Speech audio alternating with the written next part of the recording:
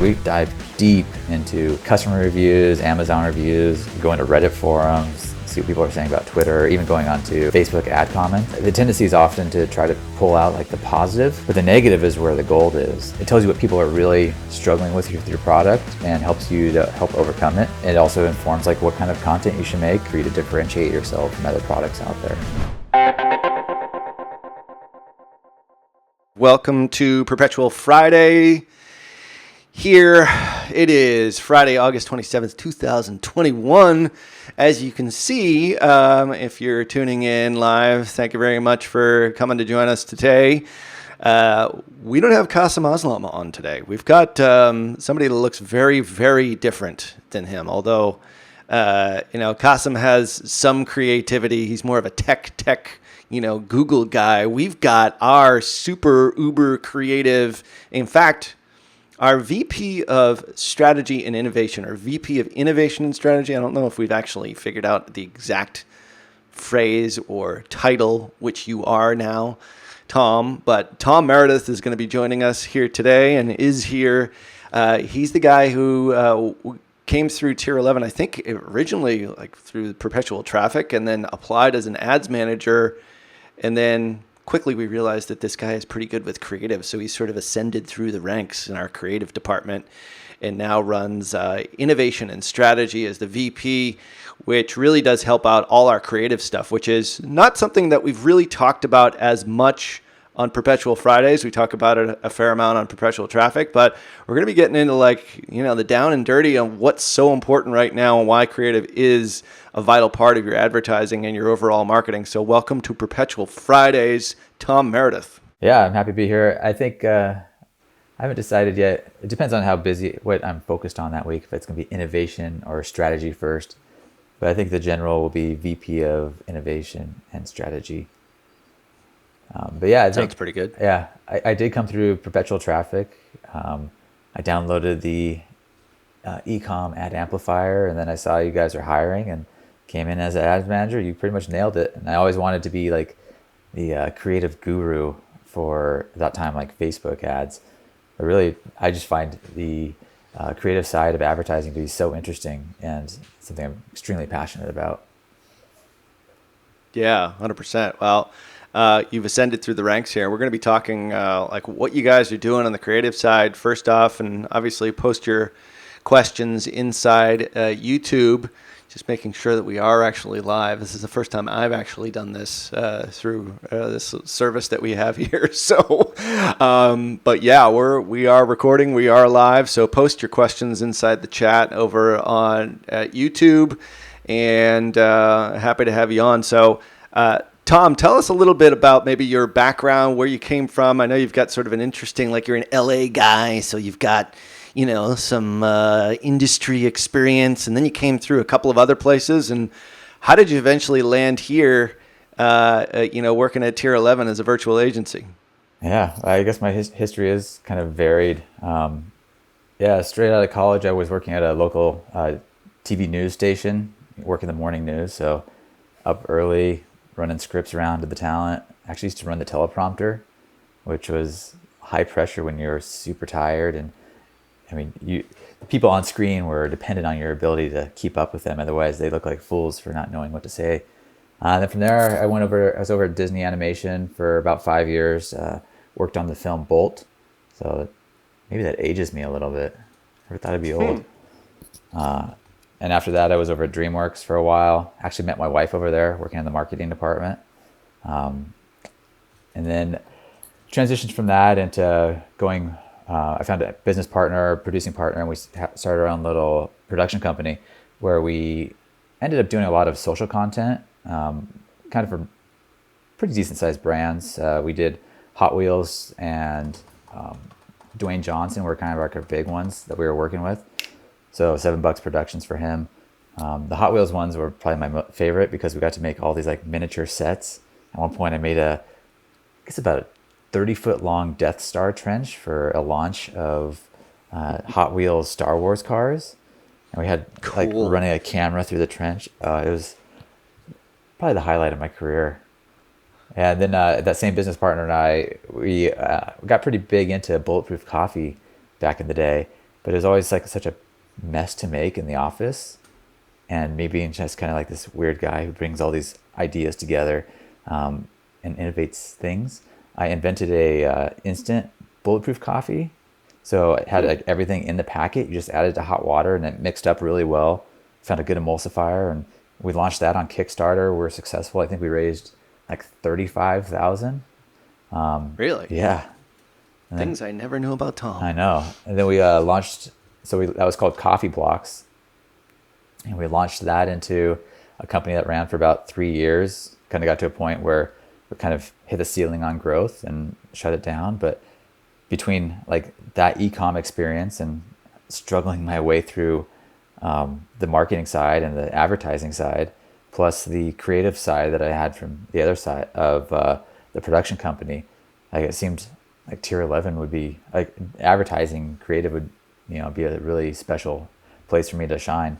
And yeah, I found perpetual traffic during that time of running Coffee Blocks, and we're always looking to learn how to do advertising and marketing well. And of course, DM is like the top of the game for content on that. Yeah, for sure. Coffee block. I don't think I ever knew about Coffee Blocks. Yeah. I mean, the trench for for Hot Wheels is pretty freaking cool, by the way. Huge Star Wars fan. So was it exactly like the trench in the Death Star? Or was it really? It wasn't exact. I mean, it wasn't that detailed. It was giant boards, and I cut up a bunch of foam and other pieces to make it have depth coming in, so it would pass by close to the camera. But it didn't have like laser shooting or like the little turrets or anything like that. That's very cool. Yeah, So the Coffee Blocks experience, how long was that for? How many years? 3? Is it 3? Yeah. Yeah, so we went from Kickstarter. We had some pretty good DTC success, and then started to go into wholesale. We were actually in 200 Whole Foods at one point. And then, yeah, we didn't get as much traction in retail as we were getting on e-com. Mm-hmm. So it's interesting. When I see e-com companies looking to go into wholesale, it always gives me a little bit of PTSD of like, no, you guys have it just so sweet right there, where you have direct contact with your customers. You can control the customer journey, how they experience not only your product, but the lead up and sales of your product. So it taught you a lot about just business in general and how to sort of run things. And you were saying that some of the folks wanted to go into the bricks and mortar side of the equation, probably not quite as good of an idea from a profitability perspective and growth perspective. Like, sounds like you've got some background there and understanding sort of the economics of how products like this work. Yeah, we were successful enough that we were getting some interest from investors, so we ended up taking on investor money, and it was broken up into like a variety of tranches, which are you unlock certain amounts of that investor money by doing certain things, and the lever for unlocking that tranche was getting distribution into wholesale. So that's what kind of drove us to go that direction. And how did the ads work? Like, what did you learn from perpetual traffic, and how did that sort of help you guys? And obviously, that got you a little bit more into the advertising side of the equation. Yeah, I'd be pretty embarrassed, I think, to go back and look at what we did. Well, it wouldn't have the creative that we have right now, that's for sure. For sure. We did some pretty cool creative stuff. We did well a lot with like how to make videos. So I think intuitively, pretty early on, we realized that we wanted to make creative for our different avatars. Like, I didn't really think about it or have much. I didn't see much educational information out there about that. But yeah, so we had like stay-at-home moms were a big avatar of ours. The tech crowd, and then like the CrossFit adjacent. So we made a lot of videos in those three lanes. which now that I think about it, it's kind of interesting that we intuitively found making content specific for our avatars. Then we also made this really amazing Mother's Day video that ended up getting about 30 million views. Oh, wow. Very Yeah. cool. Do you remember what the content was on that? Yeah, so it's basically from the perspective of a daughter talking about like how she looks up to her mom and all the amazing things that she does, like working out, cooking at home, and at the end it was like, "Mom, I didn't want to be just like you." And so it was super branded content. And it did nothing to move the needle on sales, but as a calling card for our production company, it was a pretty strong one. So, lesson learned, not necessarily great viral content necessarily moves a business and sells from a direct response perspective. They're not necessarily two things that go hand in hand all the time. Yeah, and I even wonder like how much it did for brand equity, because we didn't put much as in the way of branding in it. So you go from there, you come did you go right from Coffee Blocks to Tier 11, or was there anything in between there? Or was there a period or was it right into it? Like leave one and go to the other? Because you had your hands full at that point. Yeah, we still had the production company going. He's actually still running it now and doing all kinds of crazy stuff with Dwayne. But yeah, so I ran that up until probably February of that year, and I ended up joining Tier 11 in September. Okay.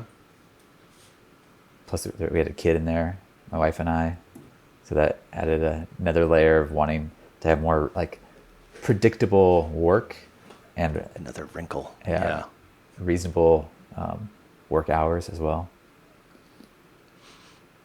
100%. It looks like people are still waiting to see us.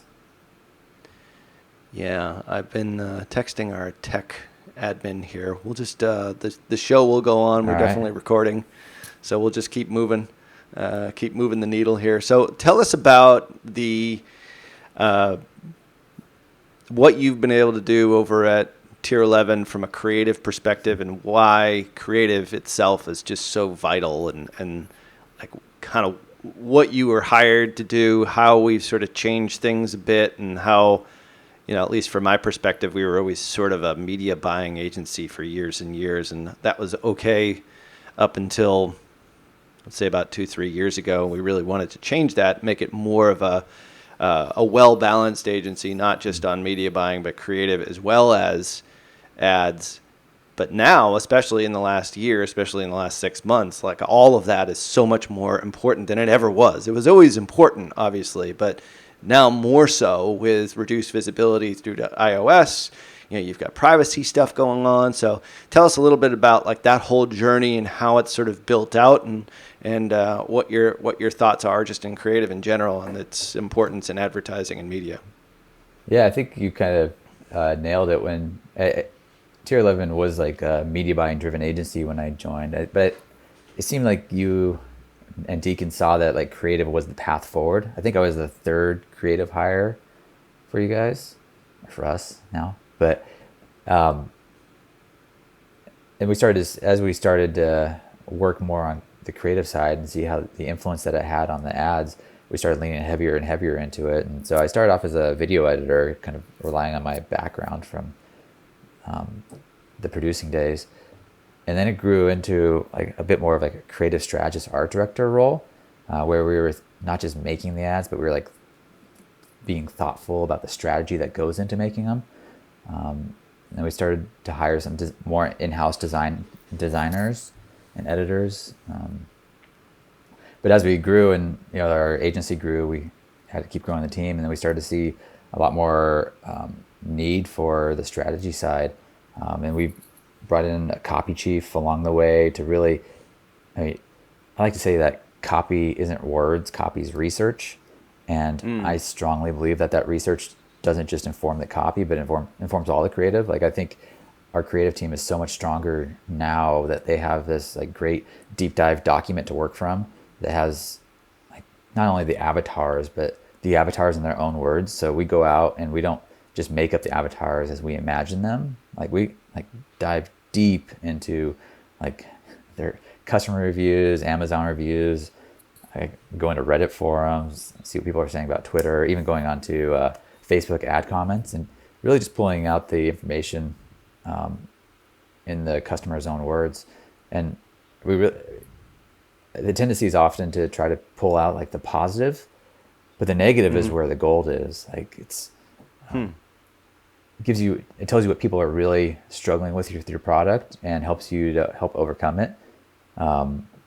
It also informs like what kind of content you should make. But also negative on your competitors is also a really good place for you to differentiate yourself from other products out there. Can you give us an example of that, like one maybe recently? And obviously this is kind of a huge area for you, and it's a realization that we had that we needed this individual person to do this, not just write copy, but like do the dirty part of it, which is the time consuming part of it. But then when you do that, we'll delve deeper into that. You find that there's positive and negative, but the negative is the one that oftentimes is the thing that really does either create the hook that's the lasting hook that creates ultimately the unicorn ad. Tell us a little bit about that, maybe something recently that you found or an example. Man, that's a hard one. Yeah, the negative.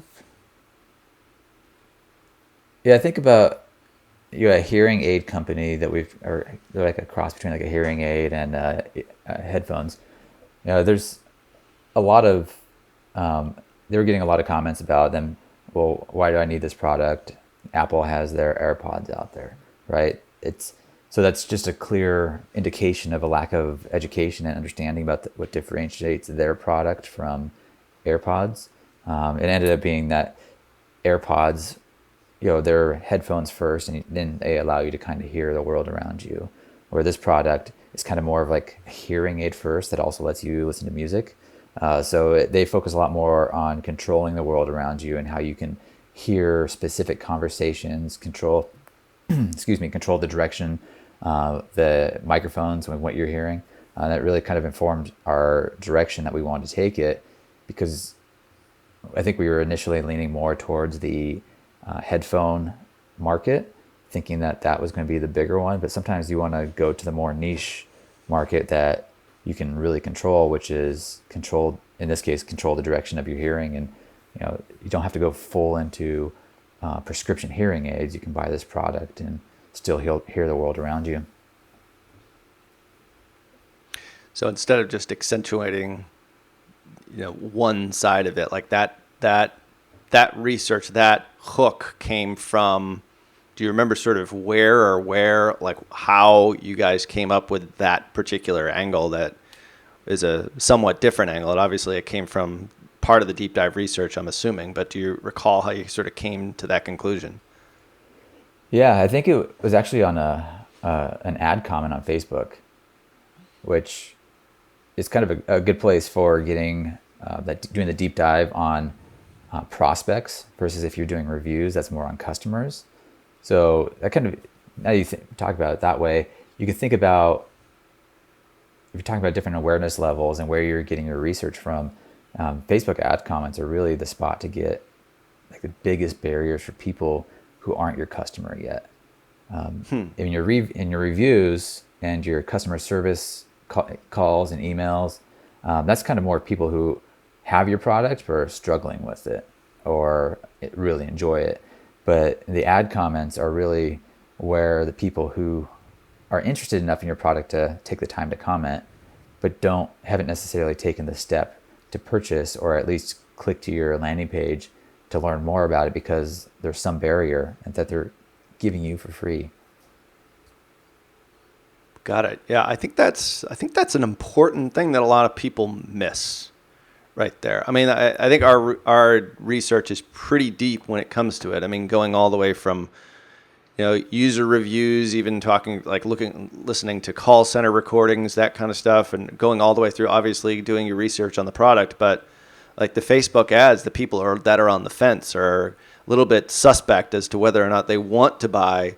Like oftentimes those are the real hooks because you're basically nailing the objections with your ad that or something that people are thinking of that you might not have considered or you might not have seen through your research. Yeah, exactly. And I think not even just ad hooks, just or ad comments, just comments in general on your creative or content. It's a really interesting idea that we're going to explore further. I I never really broken it out like that until this conversation. Thanks, Ralph. We need to talk more. Perhaps you should come on more and be on Perpetual Traffic as well. I know we're even talking about our own budding YouTube live channel for Tier 11. Yeah. So the research. So tell me about the research. Like this is the part that people. It's like they want to do it, but they don't really have the patience to do it. So our first copy chief was a guy who would spend like a week doing this kind of research. I don't know as if the one we have now or the one that we, just recently had, she went back to take care of her kids. But like, how much time does this take? Like, take us through stepwise, because this is ultimately where you're going to find the real idea for your ad. And remember, there's not that many tricks out there from a media buying perspective. Like every once in a while we'll come across one, but like the front-facing ad to cold traffic, the people who don't know who you are, depending on where they are on, the awareness curve, either they're unaware, problem aware, or solution aware, like how do you pull them in? All this comes from doing the research. Like it's not like you just look at the product and you say, oh, like that's it. You could do that. You could get lucky. You could hit it out of the park with that great idea, but chances are you've got to do the work prior to actually coming up with that great idea for an ad. Like, so tell me like how that sort of starts, how you guys will typically like create this whole thing. I know we have a name for it that we use inside Tier 11, but take us through that whole process. Yeah, I think it's a trap that people tend to fall into because it's easy of thinking the avatar or you can make up the avatar. I know we were guilty of that for years. I think the first 2 years I was there, we spent a lot of time just coming up with avatars based on what we thought was best. But really, when the first copy chief came on, he pointed out the error of our ways and showed us this is what your customers are really saying, are really wanting. And I think that when you're looking for a copy chief, the thing that you want isn't necessarily the research, but they understand the psychology of how people work and how people buy things and interact with things. And that's just something it's a skill I don't necessarily have. And it's something that I'm very lucky to have found the copy chiefs that we've had along the way. Like they're some of the most interesting people to talk to, but they kind of all have put their own spin on the research and how it goes into, or how deep they go into it. But typically it's about a week, 5 days, like 5 business days is kind of what we allocate towards it. And I would even want to imagine how deep they go into things. Like they have special Chrome extensions that like gets rid of all the fluff in Google and goes straight to the forums and everything else and Reddit. And I don't know if that goes in like the dark web even, of pulling out the information that people are really saying about a product. So they'll go deep there. They'll go deep in like competitor reviews on Amazon, the overall space that a product would be in, they'd go into and really try to see how they can differentiate. And like I think the first copy chief would like happily go through like 10,000 reviews.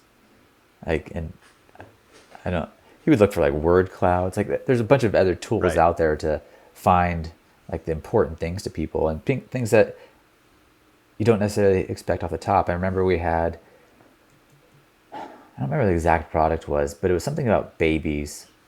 It was like a baby cream. And we were going one direction.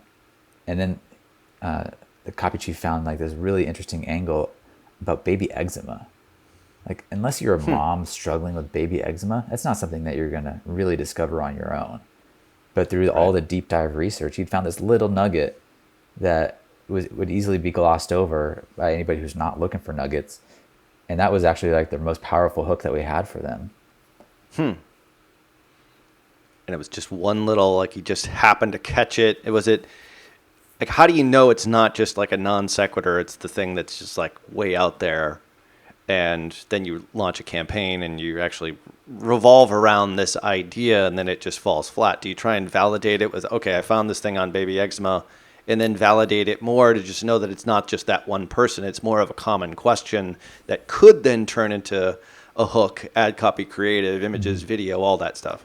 Yeah, there's kind of a few levels to that. If you start to see more people talking about a specific use case, that'd be a good indicator of it having some legs. But really, I think it's like the kind of language around it and how the emotion that's tied to it. Like moms who are struggling or figuring out a way to remove eczema for their baby are pretty passionate about it, and often like at the end of their rope. So the language that surrounds that is often going to be a little bit like desperate and emotional. And so anytime you see like high levels of emotion around specific hooks, like that's something to like really look into. And then from there, right, I mean, that's for being in this advertising world that we're in now, right? We're super lucky just to be able to test, right? We can put out a simple image with a little bit of eczema-based text on it and see if it has legs. And then if that's the case, then keep expanding upon that creative suite, getting a little bit deeper into maybe some animated stuff or educational videos,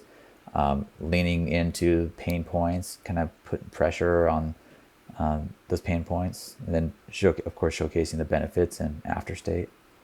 And then if we can get, of course, like testimonials around that, that's like gold, because people want to know that they're not alone in their problem. And if this product helps other people like them solve that problem, they're more likely to purchase that. So testing it out, like getting it to figuring out whether or not it has legs. I mean, obviously this is to cold traffic, probably excluded from buyers and people that know who the company is, that kind of thing. So you're getting a real true value. I mean, that is one of the things, like I'm putting this presentation together for a couple of Traffic and Conversion Summit is one of them. And one of the things that we found immediately was we couldn't really get to cold traffic for lookalike audiences, interest-based audiences, that kind of stuff, because they weren't excluding their website visitors, they weren't excluding their buyers, and Facebook just kept honing in on just that small group. So we're taking them out. Like, they're not a good proxy for an ad that really has legs. So there are things like from a technical media buying standpoint you can do as a media buyer when you are testing these things to make sure that whatever your idea is, whatever this hook is actually going to cold traffic. Because like if you're just sending this to your list, we've had customers that have said this as well. We can go on this for a while. It's like, yeah, I've got this great offer that everybody wants because I've emailed my list and they love it. Well, that doesn't actually mean anything until you actually test something to people who don't know who you are. That's when you really figure out like something has legs. So setting that aside, and I do think that's an important thing, is that a lot of people get this false sense that either a product, a hook, whatever a message actually works when it really doesn't. So you do have to go to cold traffic. So how do you test, like, what's the best way, like you said, if it has legs, like what are the signals you guys look for? This is obviously where, your team then works in tandem with the entire customer success team, media buyers, ads managers as well. What do you guys look for? How do you test it? Yeah, I guess the first thing would be just to put out a pretty simple creative with some good copy that supports it. I know copy is kind of not necessarily seen as the most important thing within digital advertising, but it really does support, it's something that you as an advertiser have control over, but it really supports the idea. But how we would test it, we'd really kind of just look at some of the metrics that are most important for things that we can control. So we don't necessarily always have control over like landing pages, and so the conversions are a little bit like foggier for us. But really, the things I would look at on something like that would be kind of, if it's a video, we call our scroll stopper rate, impressions divided by 3-second views, or maybe it's the other way around. Math's fuzzy this early in the morning. It's early for you. Yeah, Tom's in LA, so it's a little bit earlier for you. Yeah, but that's like just kind of the way that we would see if like the idea or the image has the ability to stop the scroll. But really, the core part for knowing if something has legs is view length or click-through rate, right? Like if we've done a good enough job to get somebody interested, and if this messaging resonates enough for them to click, then we know that we're onto something. Whether that click leads to a purchase or a lead, like that's another problem to deal with in the future. But that's kind of the main things that we'd look for. But going back to your point about making sure it's to cold traffic and not to your list, like you really have to think about how the algorithm works. And basically, it wants to do the best for you. And by doing that, it's always going to find that the most likely to take an action that you ask it to. And the most likely to take an action are those that know you, have purchased from you, and are likely to purchase again. So while it's doing its job there, it doesn't necessarily allow you to expand your audience and your customer base. So to your point, like the algorithm does well when you give it guardrails, like not so tight that you're like controlling it with a tight leash, but enough that it's not doing the things that you don't want it to do. Right. Yeah, absolutely. And I've like a couple of things that you said here aren't necessarily, you're not necessarily looking for conversions per se. Like if you get conversions, that is relayed back to the team, but it's not necessarily that, because we're not talking about huge budgets. We're just seeing, all right, does this resonate with the audience in one way, shape, or form? View length, click-through rate, impressions divided by 3-second views, that kind of thing, like if it is a video, but also just any sort of engagement level that's better than the control group is typically a way in which you'll say, all right, well, that's a signal that maybe we should pursue. Maybe we should put more effort into different variations of ad copy. Then we should do design creatives. Then maybe we should even consider video. So there's lots of different ways in which you can expand on it, but it's not necessarily the thing that most people want, which is like leads and sales. Yeah. How was that point? I was caught up in my controversial opinion that control groups don't matter when testing. Either you're getting close to a KPI, you're driving engagement or not. Like, I don't know if you necessarily have to beat something, especially on a platform like Facebook, where Facebook's good at finding groups for individual messages and creative. But that's a side conversation that I'm passionate about, that lots of people disagree with me. But the first part of that question, yeah, the conversions, so this is like the beginning of our process, right? Where we just want to see if something has legs. If we can get people to stop, engage. Engagement I missed, but that's like a really important one. If people are commenting on an ad that is poking buttons like that, then we know that there's something there. So of course you want to build upon that individual ad with a few different variations, trying some different content blocks. So if we have a scroll stopper that works and we want to test out different like second blocks, it could be features, benefit, pain point, testimonial, like there's a endless number of things that you can test there, and see what is going to engage more people and drive more traffic. But if we're thinking in terms of like how to build that into something that converts, we always kind of refer to it as like training a unicorn. Like if we found like a pony and can like build it up to a stallion and eventually stick a cone on it and make it a unicorn, like that's our process, like winning. And it doesn't happen as often as we would like, but it has happened.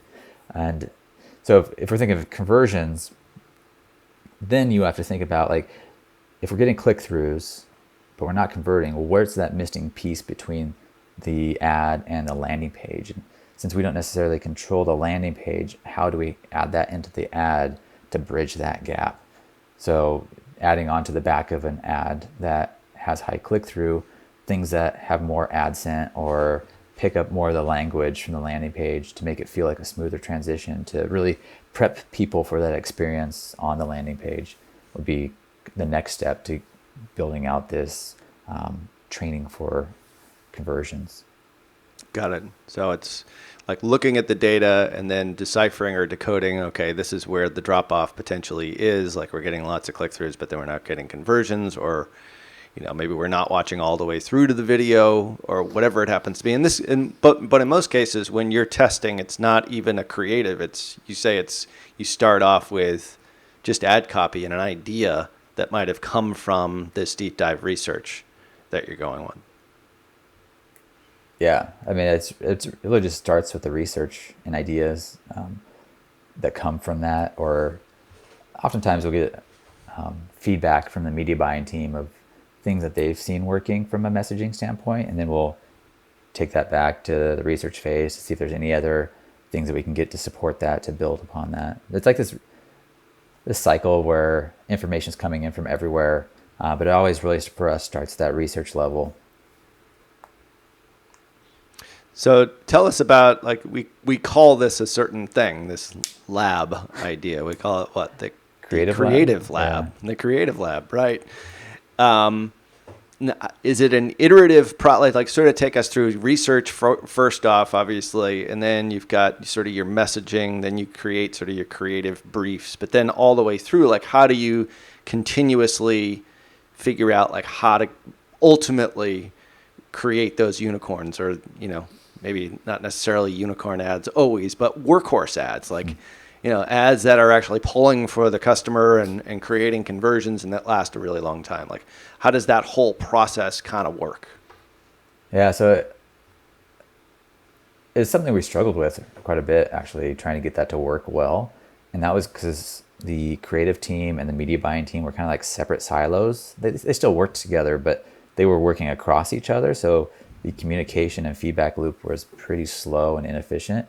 And then pretty recently, we've switched to more of a pod model, which has been partnering media buyers and art directors so that they have a tighter feedback loop on getting results, testing ideas, really kind of being in sync with each other on the process that we're taking.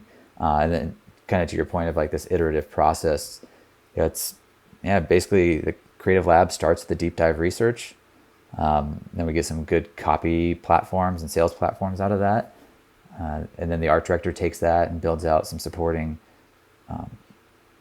creative for the ideas that we want to test. And then just kind of like keep pushing on that, whittling away, adding clay, as it were. I'm mixing my art metaphors right now. That's all right. Metaphor mixing is a specialty here. Yeah, and then some other things that you really see along the way are some ads do well with like engagement and click through, and others do well for conversion. And we've had really good success of combining those two. Like, it's a really low hanging fruit about the effort that goes into it, but thinking through how somebody engages with your ad, if they're engaging with it and clicking through, they're definitely interested. But if another ad is doing really well on getting people prepped for the sale, combining those two often will lead to a best of both worlds scenario. But yeah, we call like our iterative process Kaizen creative. I don't know how much we really use that in-house, but really it's just creative iteration, building upon what has worked, testing, swapping out different scroll stoppers. If we think in terms of blocks, it's like trying to figure out which blocks are working and how can we combine it with new blocks to improve other parts of a creative. I don't know if I was answering the question you were asking. Yeah, no, that's the process. I mean, I think it starts with the research, the idea, then that turns into, in essence, sort of ad copy in the most basic form, or it might turn into a creative brief where it's around that idea. In the case of like eczema for the baby product that we were talking about earlier, and then it's just sort of this iterative process working alongside creative and media buying. One of the big things I think we realized, and we sort of came upon this just to, as a group, was that we started to realize that if the pod leader or media buyer group worked alongside an art director almost dedicated to that individual customer account or to that pod, all of a sudden the communication, the feedback loop, instead of it being in two different silos, all of a sudden that feedback loop is really almost instantaneous because they're working alongside not only just that customer, but probably other customers within the pod. So I do think like the pod structure idea here, I mean, especially for agencies that might be listening in, is a really good one because it facilitates that conversation. I think one of the ones that we realized this with is, most of the team is actually in Australia, and then uh, the art director is actually in South America, if I'm not mistaken. But still, just the fact that even though they were in different time zones, because they were dedicated on the same customer accounts, the results were really starting to kick in because that communication gap was no longer there and not as sort of fragmented, and they're working alongside each other as opposed to media buying just sort of dictating to creative, and it might be multiple creative people, but now it's sort of in this singular pod format. It really facilitates that communication, as well as real-time feedback on results, which is hugely important.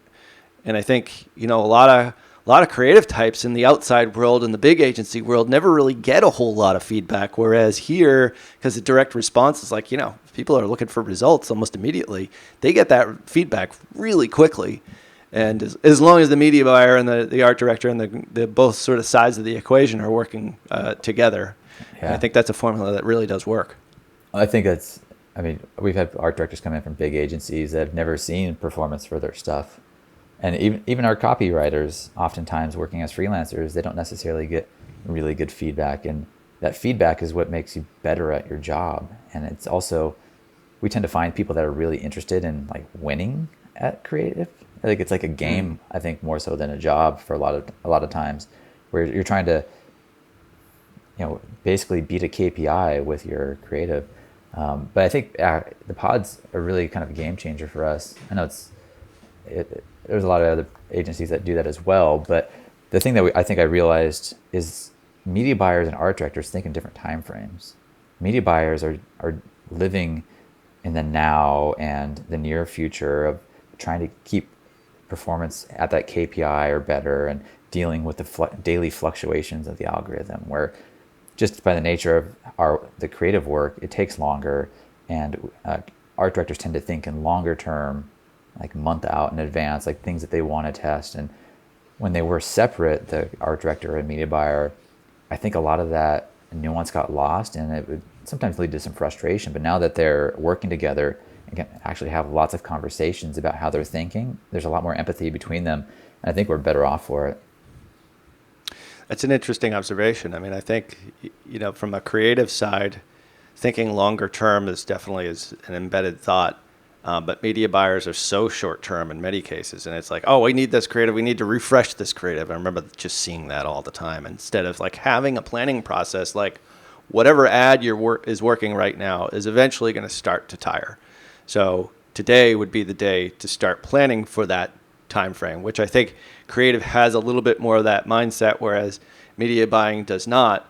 But having the two of them together is a nice mix and a harmony between the two, and also understanding where each other is coming from. Yeah, it definitely helps, because now they can actually both get what they want. I know with creative, there's often frustration for short turnaround times and give me something. But now that they work tightly with the media buyer, they understand that the stress that they're under, and not just the algorithm they're not performing, but like how they have to keep refreshing stuff. But then on the flip side of that, media buyers are like, well, creative just needs time, because when we've given them time, they've produced some amazing stuff. Like give a creative person time and some revisions to put out an ad, like it's gonna be far better than an ad that's a short turnaround time or just some fast refresh. So I think it's just really help our team see both sides and the benefits and the needs of either. Yeah, I think you were the one who said that. We've talked about one particular person here on our team who's amazing, and like if you give him more time, he'll create better shit. But we need stuff fast. Like that's my mindset totally. Even though I'm more on the creative side than probably, I don't know, like a lot of media buyers, just because like I actually love the creative side so much as I do sort of the strategy and the tactics of the media buying itself, and understanding that it's such a game changer. So, but creative takes time. Like if you have a creative team that's always under the gun and just trying to produce like fast, like, industrial, time, meaning like, they're on a production line Like, just stamp this stuff out is what I'm trying to say here. A little easy for me to say. Like, just to produce this stuff, all I need is just new stuff. Not necessarily great stuff, because the great stuff comes from more thinking time, really thinking it through and being intentional about it, going back to the research, saying, all right, here's the feedback I've gotten in the ad so far, but then give me some time to really sort of think through this. And the time factor is a big realization, I think, at least from my perspective. It's like we need more of that team and maybe demand a little bit less from them, but still be able to balance that, I need a week to create one ad versus, all right, well, the customer needs it, within the next couple of days. So, I mean, there's a happy balance between the two.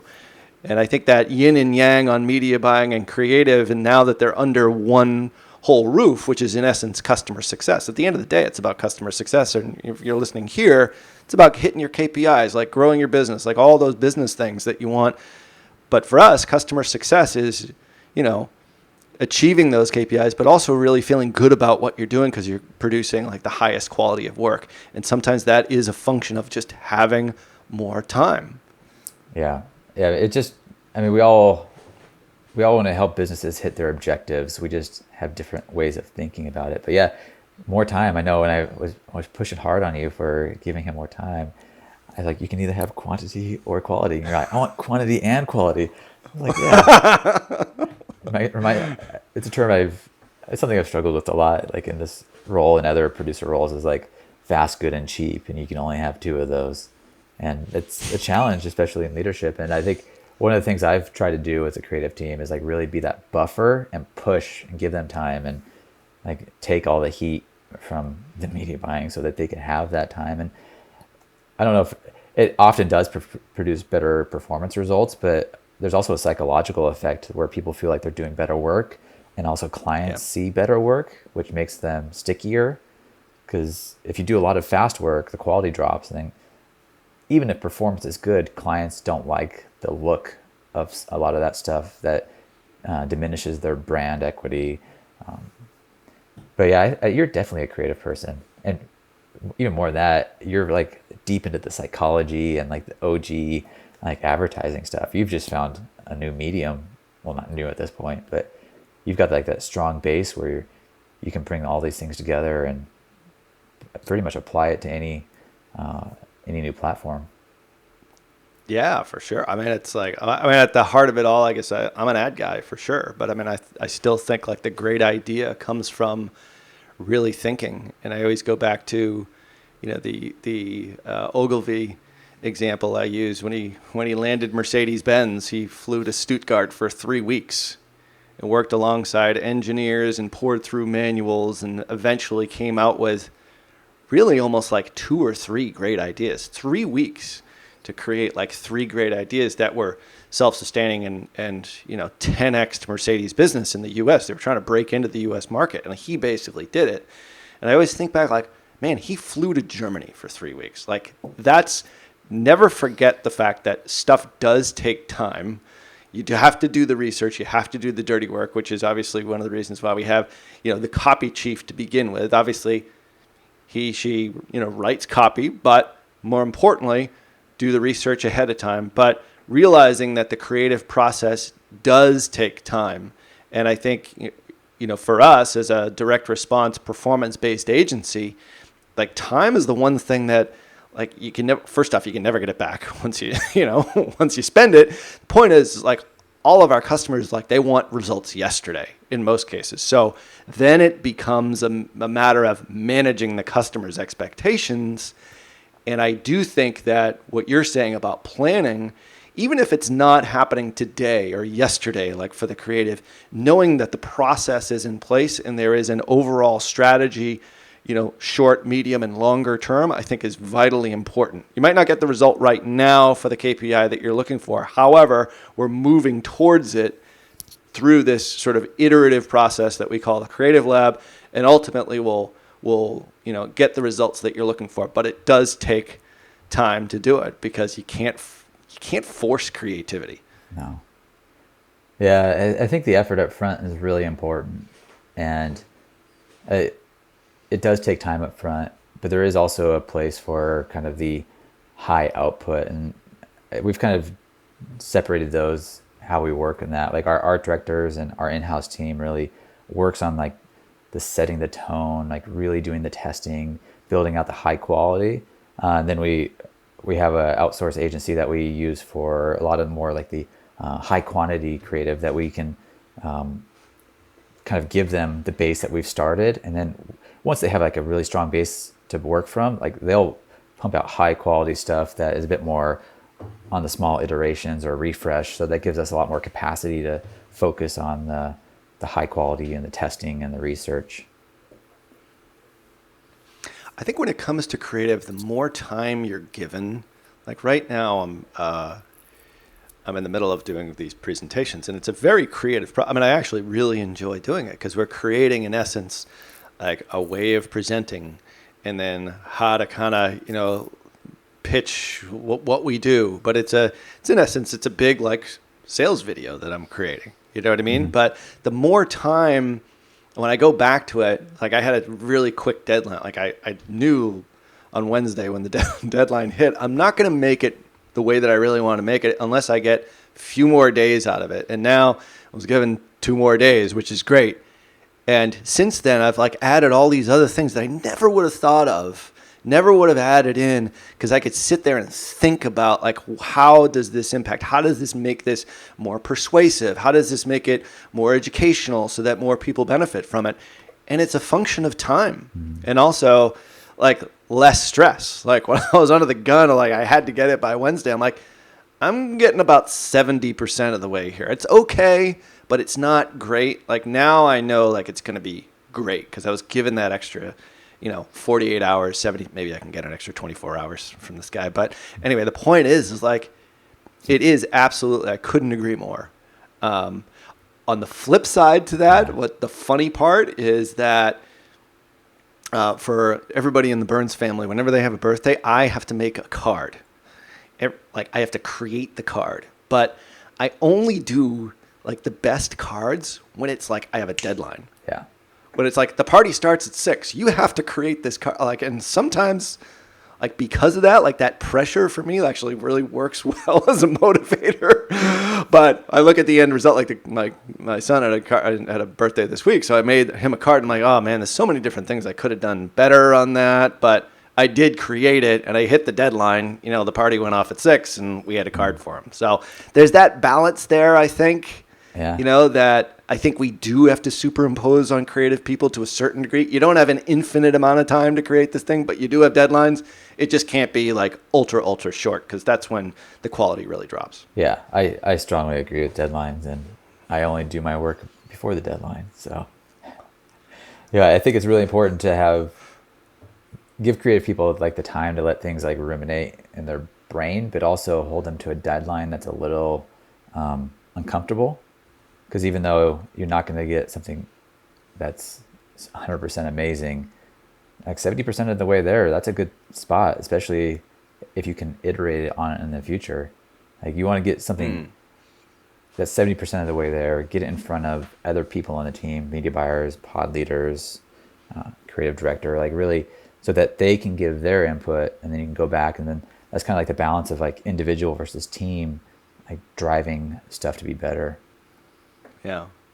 Is done better than perfect when it comes to creative? In our world, yeah. Yeah.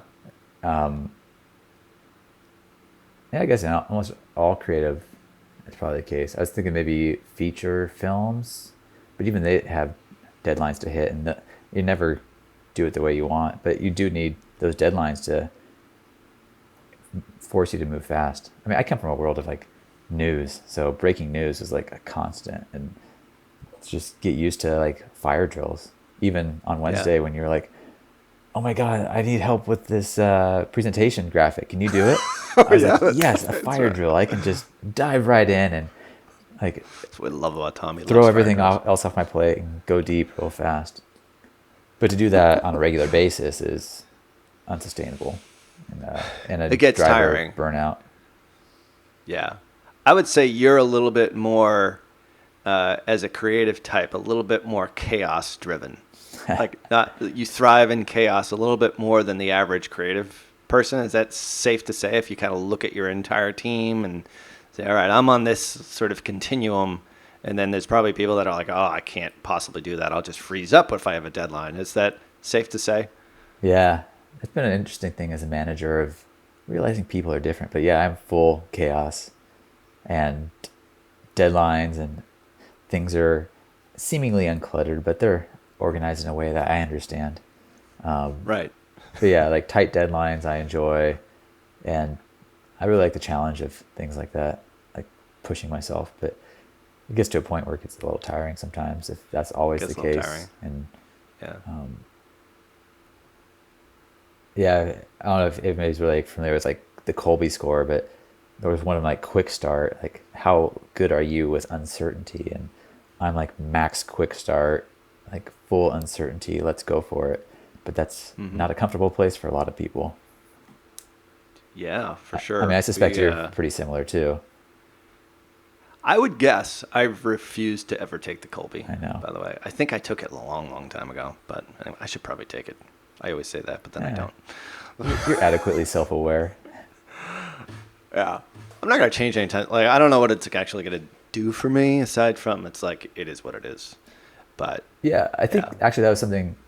So Deacon, I'm sure you've had on, like that's something that he mentioned, and of course me being the one just go try things. I went and tried it, and I talked to him about it. And like that's one thing that's really interesting about Tier 11 is like allowing me just to be me and be chaotic and push that way versus trying to have to, like coming from like corporate Disney where you have to fit into this mold, and that was always a grinding thing for me. But being here, even in just this world of like allowing me to be me and drive hard and do my zone, my zones of genius, I think has really been a great time for me here at Tier 11.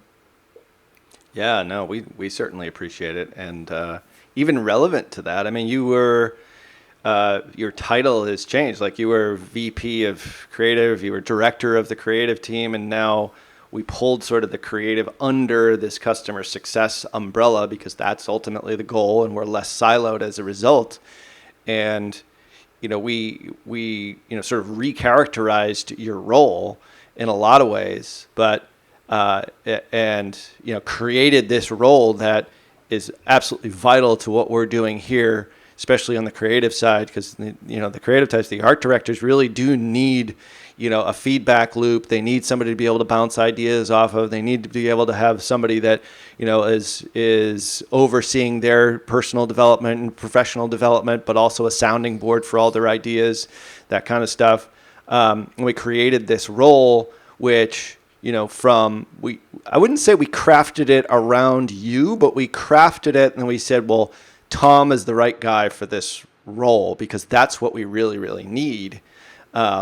And I think, any business owner should really think about that when they're hiring, is that you at the end of the day, you want to hire the types of people and bring them on board your business that are the right people that you want on the bus. And then you kind of figure out what seat you ultimately will put them in that will help drive the business forward. And I think, the creative team lead, like your role for, a year or two was a really good role, but I think this role is even better because it now bridges that innovation side, which is something that in a high-paced world of direct response advertising, sometimes innovation gets left on the side, and it's so important, especially in today's advertising environment. And that's the reason why you're in the role today, which we're all pretty excited about. Yeah, me too. I think of it similar to how we were talking about like timelines that media buyers and creative people think. And customer success is fundamentally a short-term time frame thought process where in this new role, I'll be able to like drive a bit more like thinking like long-term, where areas can Tier 11 go. And then of course, still leading the creative team and helping. We build a pretty good like camaraderie between the different creative teams. So even though everybody's in their own pods, we still have a lot of get-togethers with the creative people where it's a lot of just, we call it shooting the shit, but basically bouncing ideas off each other, occasional complaining, but also things that they've learned along the way. And it's just, you have to have people who understand you also while you're still in these pods. Yeah. Yeah, for sure. Well, it's hugely valuable, and you've been able to build an amazing team now as VP of innovation and strategy, or strategy and innovation. I think strategy and innovation sounds a little bit better for whatever reason. So here we are, just making up, amending your job title here on a YouTube Live. Yeah. Speaking of YouTube Live, we're actually at the top of the hour. Tom, this has been great having you on, and really appreciate everybody for watching here today. Tom, you can personal social profiles. Where can people reach out and say hello to you? Yeah, I think. Are you on the Twitters? Where are you at social? Twitter is my favorite right now for like information. I'm Tom Meredith, TomMeredith, and then my favorite social right now is TikTok. Though I love just scrolling through. I'm convinced it's like Nice. TV. You're flipping channels, and I think it's going to go the direction of TV with like infomercials and reality. It already is reality TV at this point, but Oh man, there's another YouTube Live right there, just on that subject. So it's all awesome. theory. Well, you must have gotten early in on Twitter to have at Tom Meredith. I didn't realize that was your handle. That's pretty good. Yeah, I'm always early on stuff. Sometimes too early. That's awesome. Well, that's why you're, the VP of Innovation. See, there you go. Well, Ralph, it's always All great right, chatting everybody. with you. Yeah. Thanks for coming on. Appreciate you getting up early, LA time, Pacific time this week. And look forward to having you back on our YouTube Live here, or Perpetual Traffic. Maybe we'll sort of dual hit this one with some of the recordings that we created here today. So thanks for coming on, Tom. Everybody else, we'll talk to you next Friday.